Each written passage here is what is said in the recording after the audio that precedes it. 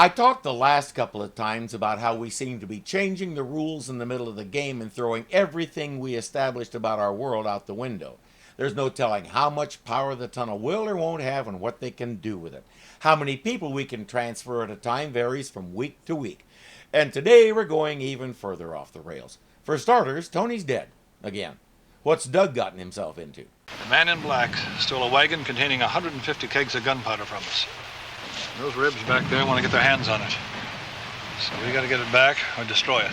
He gives Doug a uniform and says, "You better put that on, grab a rifle, and help me search." Doug doesn't have much choice. Major, what's the name of this place? Gettysburg. Let me guess. It's June 1st, 1863. Odds were against both of them surviving. We've known that for a long time. But Tony was the cute one. General, will you let me try a power surge? Perhaps the shock. Well, it could work. Gosh, I wonder if it'll work. He's coming around, Sergeant. See? He was only hitting the head. No serious damage once you get his heart jump-started. Corporal, you'll find Private Acton.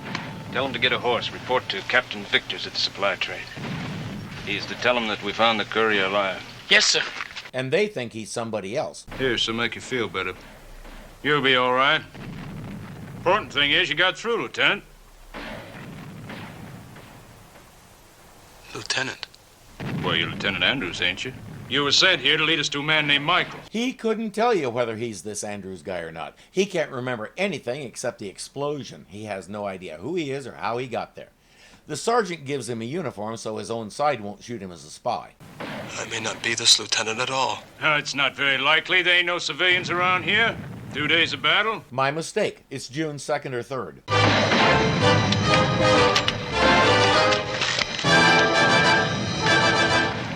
Sergeant Maddox! Sergeant Maddox! Get out! That's the best advice you'll hear all day, kid. Their courier was supposed to have a bunch of money so they can buy that gunpowder from this Michaels guy. Who is he, anyway?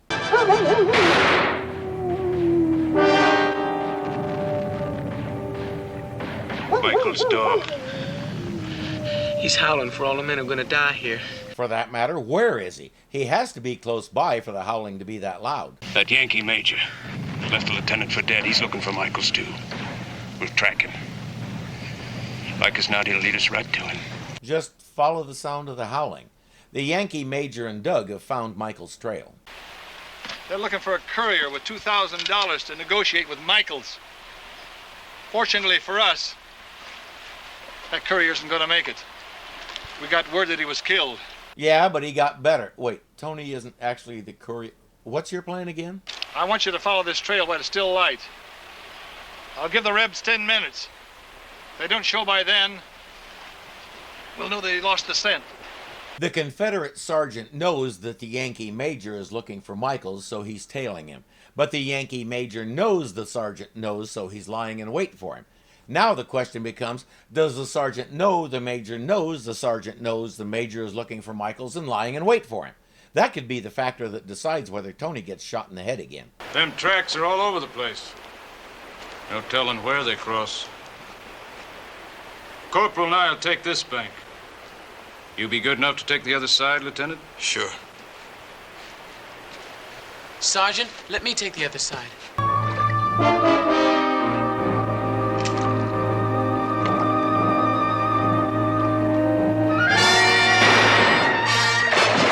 That answers that question. It's night, and Doug and the major have reached Michael's place. For some reason, the dog isn't giving them any particular trouble. They pronounce it weird, ignore the warning the situation is obviously emitting, and make their way to the house. They intend to take him alive. All right, Michaels, on your feet. There's no need to break the door in, Major. My house is yours. Avanti, senor. So far, that doesn't seem to be a problem. He says, "You want the gunpowder." The major says, "No, I demand the gunpowder." But you have no need for the gunpowder, Major. You already have sufficient supplies. Wine, gentlemen. You are under arrest. War is only interesting when the sides are evenly matched. Don't you agree? He keeps talking that way while the major keeps threatening to shoot him. Emphasis on threatening. For example, you have an unfair advantage of me now, Major. 2 against 1. Not a very gallant affair, is it? But should the odds be changed, suddenly the conflict becomes more exciting. The major was a serious atomaniac, so his last words were, "False face!" Michaels disarms Doug and holds him at sword point. The Major needs help.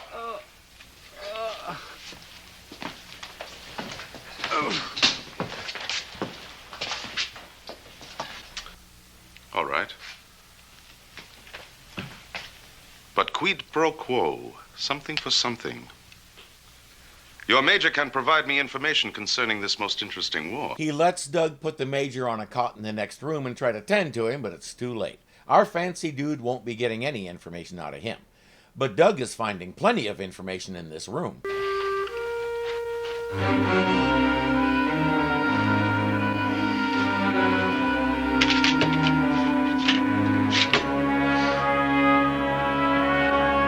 So he's really Machiavelli. Let's go kill him with his own sword.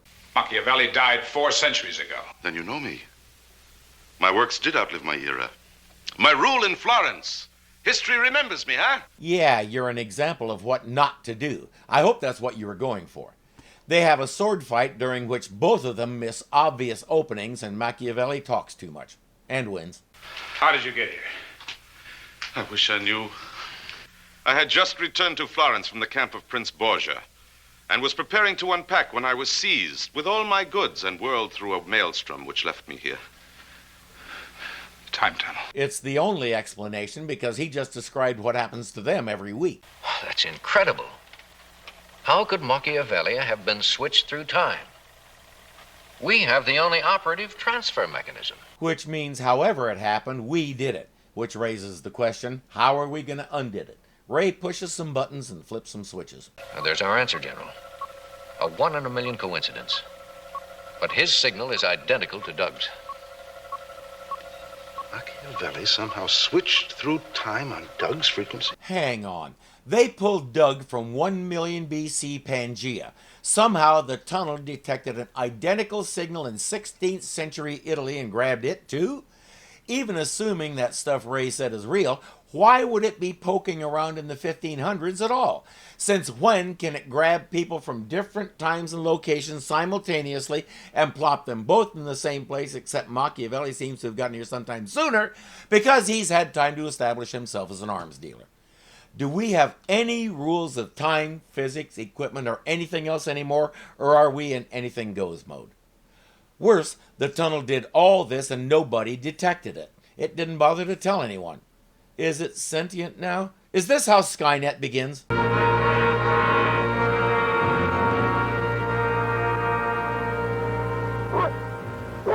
That's Michael's dog, all right.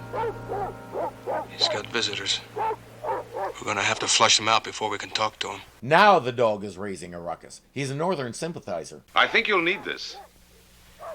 You expect me to fight them? Unless you prefer to let them kill you. Shoot Michaels, then find a back way out, locate and blow up the gunpowder. Problem solved. Don't move. Tony. What happened to you? Take his gun. What's the matter with you? Don't you recognize me? You stay put! Or I'll kill you just like you killed my corporal. That wasn't him, that was the major. It's a little late to take revenge on him. But Tony doesn't care. Right now, all Yankees look alike to him. Are you Michaels? Yes. You have 150 kegs of gunpowder. We want it.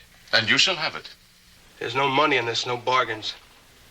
The money's not important. Your side is the weaker side here. Unless you have the firepower, the battle will be most uninteresting. He describes a cave where the gunpowder is hidden. The sergeant knows where it is. I think Machiavelli/Michael's attitude toward this is making them all a little sick. You make this war sound like some kind of mental exercise. Precisely. And of the highest order. He digs war a lot, as long as he's not the one getting killed. Doug says, give them the powder. In the long run, it won't matter. You don't remember me, do you? I'm Douglas Phillips, and you're Tony Newman. We came here together. Is that true, Lieutenant? You know this man? I've never seen him before. Doug describes who they are and somewhat roundaboutly how they got there. The sergeant says, you were both wearing civilian clothes when we first found you. All right. If you're not Tony Newman, who are you? My name is Andrews.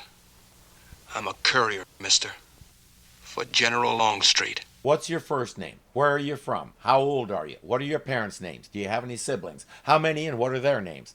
Start asking him things like that and he'll figure out real quick that something's wrong here. Well, that courier was killed. The major told me so before he died. Yes, but the courier was Tony Newman. If you kill him in the head, he always gets better. Oh, wait a minute. Did he say how much money the courier was carrying? Yes. $2,000.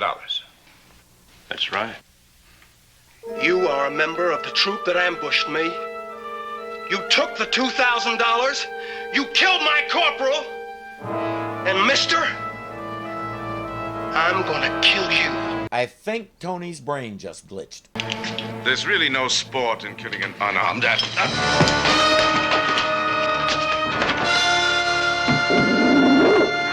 Who said anything about sport? But Machiavelli thinks all this is happening for his amusement anyway. He turns his dog loose and says, go find him. The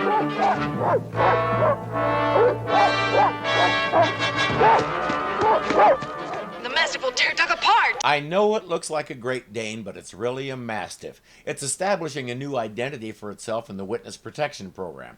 That's why its bark doesn't sound anything like a Great Dane or a Mastiff. It attacks Doug and the general says, lock onto the dog.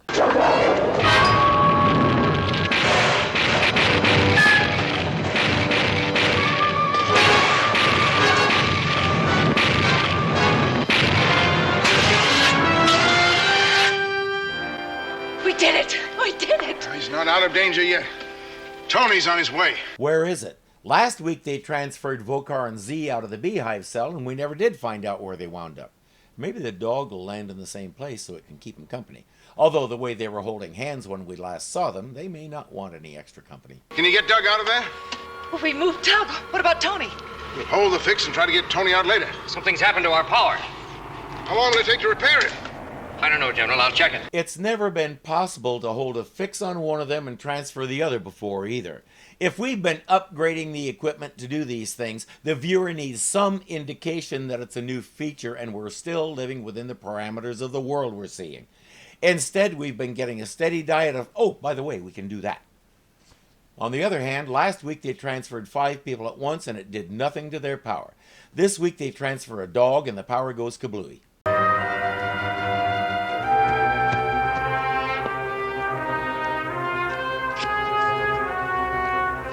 Shoot him in the head again. The bullet will bounce off and restore his memory. Now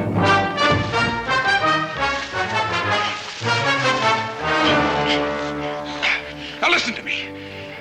Just let me explain. That's all I ask. All right.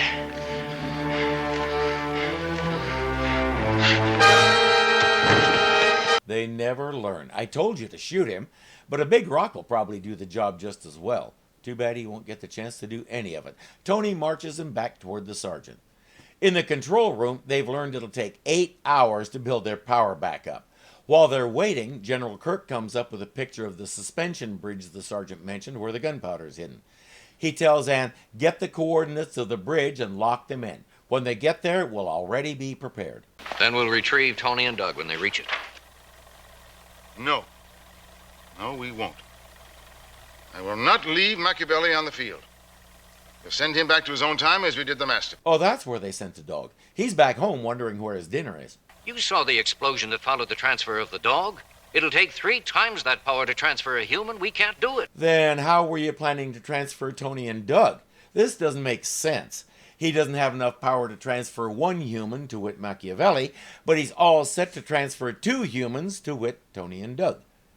With Michaels leading the way, our quartet is on their way to the gunpowder when they come upon a skirmish in progress. Michaels, of course, is all excited to be watching so many people die. Union cavalry, sir. They're attacking our supply train. And they're winning. Tony says, we'll need at least 2 wagons to carry the gunpowder. There's one already at the cave, according to Michaels, so Tony will go try to commandeer another one along with an escort. The sergeant is in charge of guarding Doug. Michaels will stand there and watch. Michaels, we're moving up into higher ground.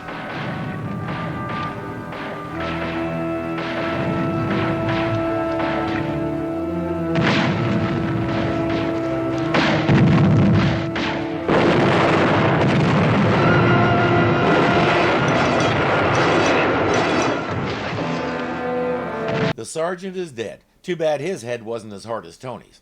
Speaking of whom, Doug's going after him. Michaels will stand there and watch.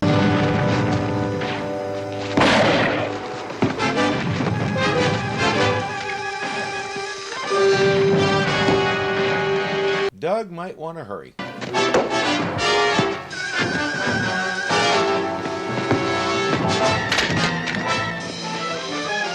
After a short fight, Doug and Tony come out on top. Why'd you do it? What do you want with me? You're gonna have to trust me. What I told you before was the truth. We're gonna have to find a landmark and way to be picked up.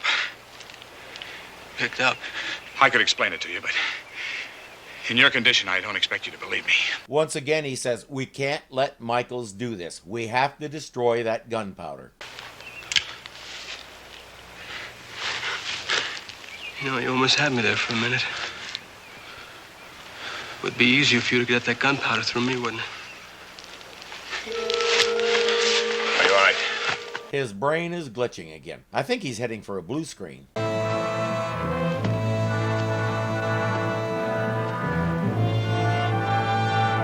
The sergeant wasn't as dead as I thought. I would say you have just about outlived your usefulness. Wouldn't you, Sergeant? After all, you couldn't possibly help us to move the gunpowder. And you walked with only the greatest difficulty. Might have been better if he was. Michaels talks about how a good field commander destroys what he can't use, picks up a rifle, and prepares to use it. I'm a better man than you. Half dead. Then I suggest you prove that, Sergeant. Otherwise, I intend to kill you. The sergeant fires 3 bullets right into Michaels, and they have no effect. Why? You see, I've always had the advantage. Your prisoner almost succeeded in telling you the truth. I am indeed Machiavelli, a man in a time long past his own, and therefore already dead. If that's how this works, then none of the stuff in 1,000,000 AD should have affected Doug and Tony. They should have been able to shrug off the ray gun and walk right through the force field because they were even longer dead. But these rules only apply when the writer says so, otherwise they're optional. In fact, nothing before their own lifetime should be able to affect Doug and Tony because they haven't been born yet. They should have been able to face down Billy the Kid and say, blaze away, you're a daisy if you do. What? He doesn't own it. Tony discovers that he's pretty much alone now. The battle is over and his side lost. Lee's army is retreating. Now the sergeant is dead. He has his enemy and he has whatever Michaels is. Let's go get that gunpowder. A special power supply from Hoover Dam is hooked in, General. It should be enough to handle our power reversal. It'll black out Southern California, but it should handle our stuff. We'll run a test of the circuits. Good. The timing is going to be critical.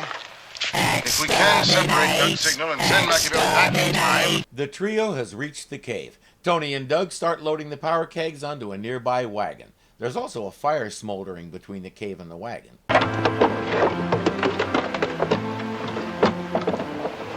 Beware. He will outwit you. Make yourself useful and grab a keg. Now you're faced with the commander's decision whether to sacrifice your friend to destroy a larger evil. Tie that keg to his butt and light it. Take bets on how high he goes. All right, this has to be done, Tony. I'm going to get by you one way or the other. Now, you better get out of here while you can. Put that down. I said put it down! Excellent. Now you are both even.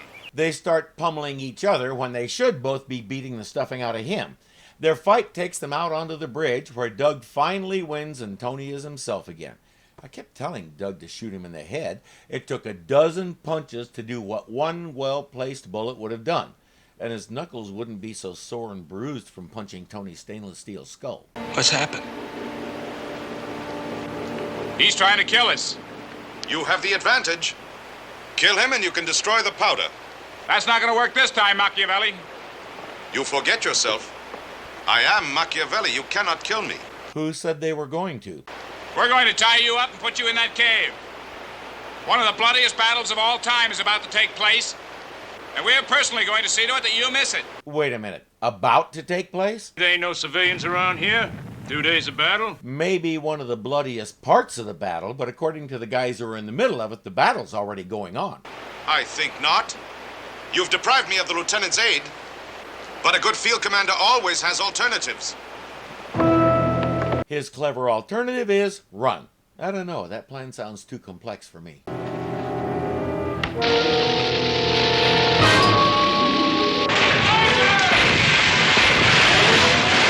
I don't think the Dalek liked you doing that.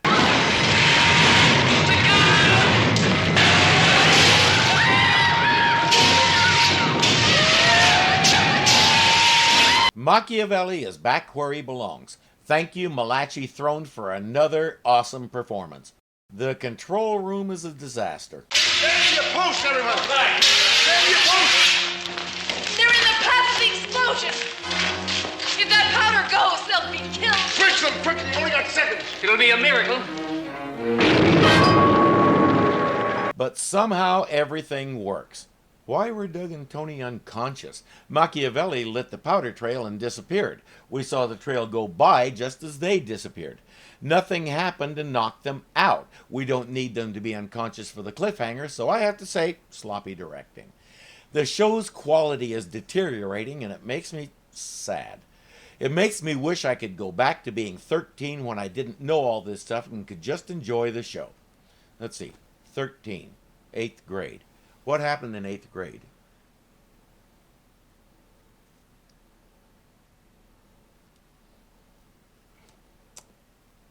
Never mind.